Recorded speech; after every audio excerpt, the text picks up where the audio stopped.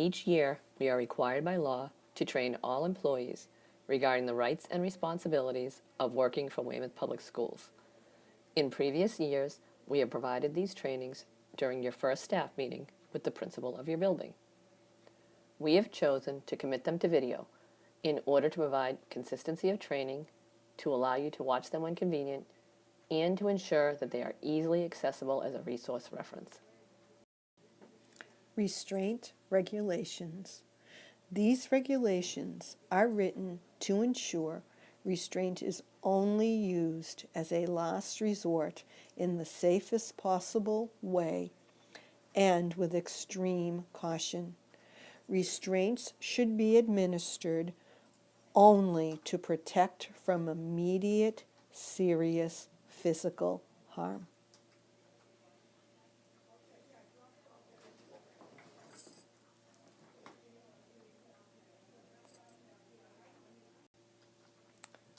The activities on this slide are prohibited. Mechanical restraints are prohibited. These do not include the use of positioning or protective equipment under the direction of occupational or physical therapist. Medication restraint is prohibited. This does not include medication prescribed by a physician and authorized by a parent for administration in school. Seclusion and prone restraint are prohibited at all times.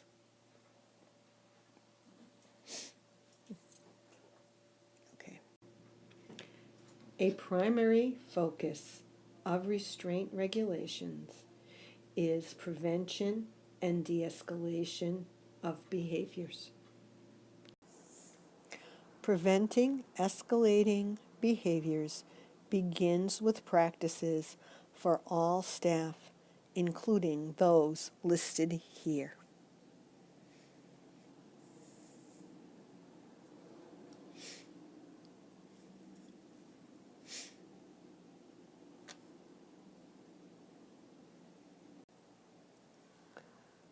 The adjustments listed here are aimed at providing a calm and safe environment where escalating students are more likely to calm while ensuring the safety of others.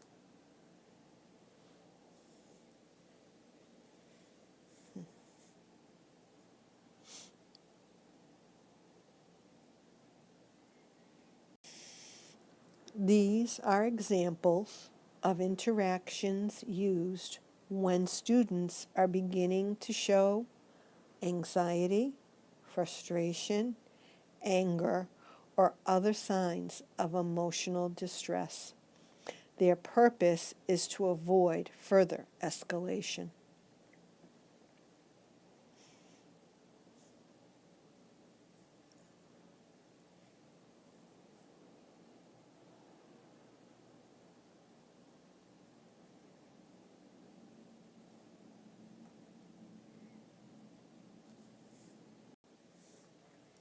Timeout, as defined in the regulations, is a behavioral support strategy where a student temporarily separates from learning to calm.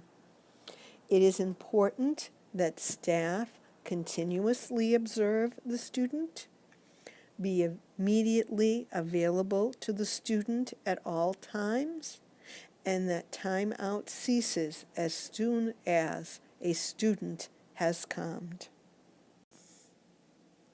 Timeout versus seclusion. Timeout. Timeout can be either inclusionary or exclusionary. Inclusionary timeout occurs within the classroom. Exclusionary timeout occurs outside of the classroom. A student working alone in the hallway or sent out alone into the hallway to calm is considered to be an exclusionary timeout. Seclusion. At no time should a student be placed in an environment that meets the seclusion definition as described here.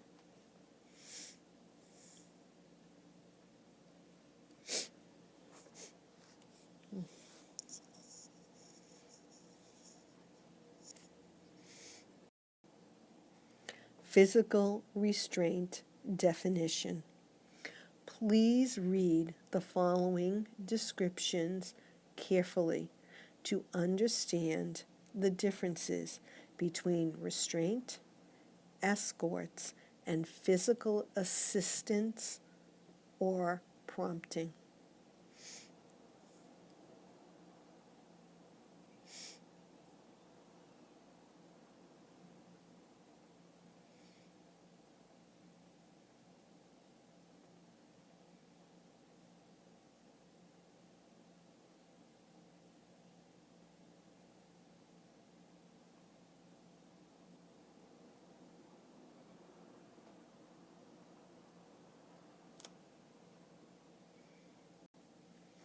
Restraint procedures.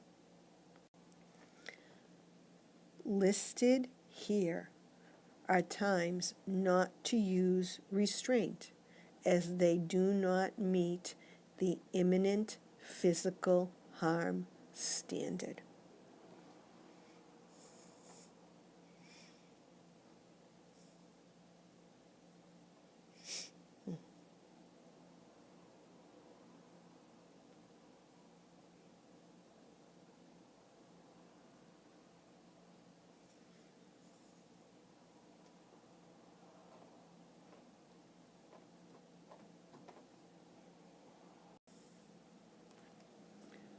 This slide documents the regulations limit on physical restraint to ensure safety from assault and imminent serious physical harm.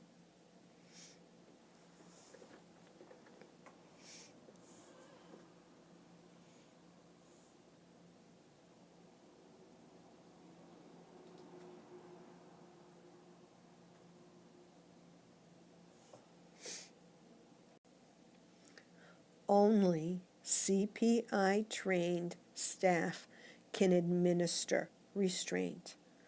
Ask your building administrator who is on your restraint-trained crisis team.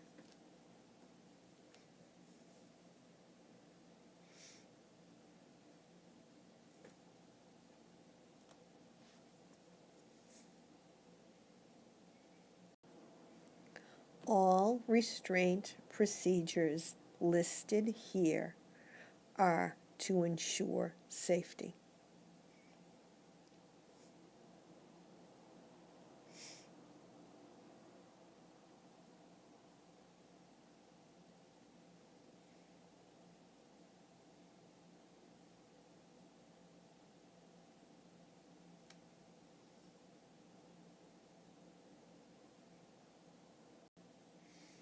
All restraints should be witnessed by a staff person keeping real-time notes during the restraints.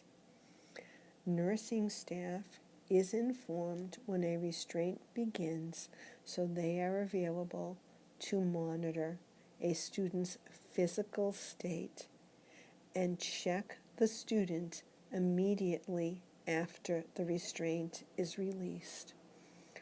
All restraints lasting more than 20 minutes must have principal approval. Reviewing the incident with both student and staff provides an opportunity to learn how to reduce further restraints. Reporting procedures. The following staff reporting procedures are put in place to ensure that documentation is completed while the restraint is clear in the memory of those individuals involved in the restraint. And so that principals have the information they need when reporting to parents or guardians.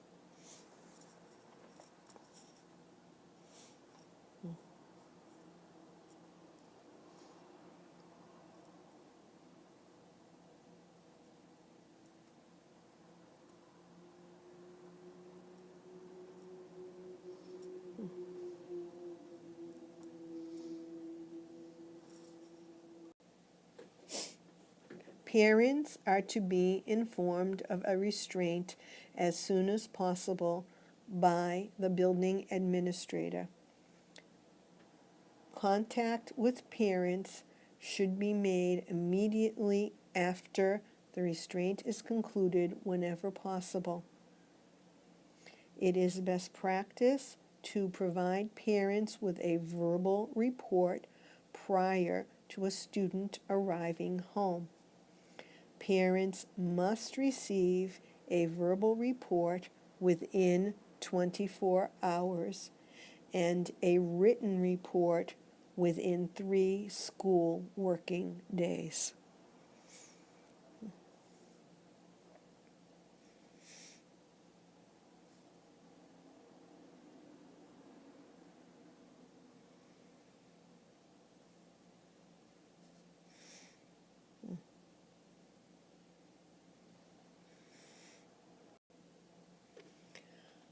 The requirements for when a restraint has to be reported to the Department of Elementary and Secondary Education have changed. Now, only restraints resulting in physical injury are reported to DESE.